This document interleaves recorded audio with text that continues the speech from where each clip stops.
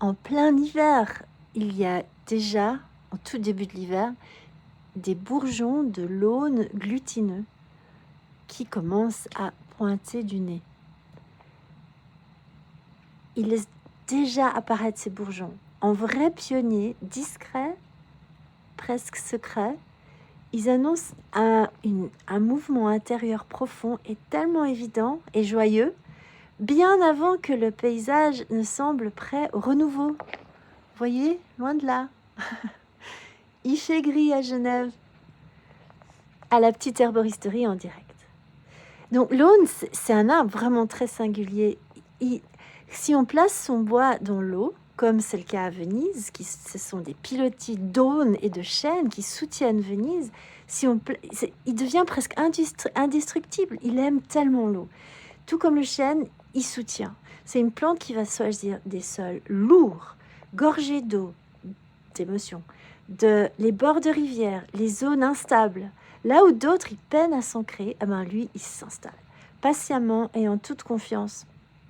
Et il nous amène à nous poser la question, dans quel terrain un peu humide, où d'autres ne s'aventureraient jamais, avez-vous un tel courage? Et continuez-vous, malgré tout, à avancer et à grandir?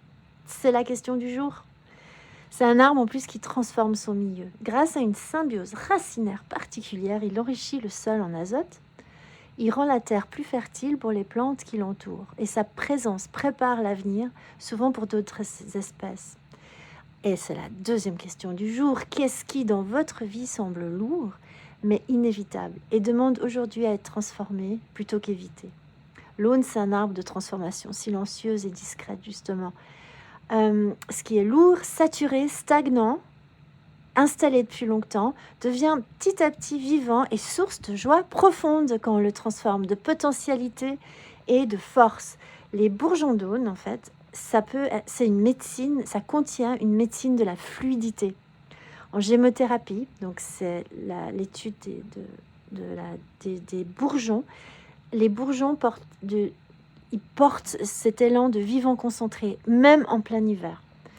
Ils sont traditionnellement utilisés pour les passages. Donc aujourd'hui, on est en plein deuil national. Les passages, l'adolescence justement, mais aussi la mort, la ménopause, l'andropause, les changements, les organismes fatigués par une inflammation chronique de fond, les infections répétées, les états congestifs, les stagnations en tout genre. Bref, il accompagne ce processus où le corps il a besoin de décongestionner, drainer,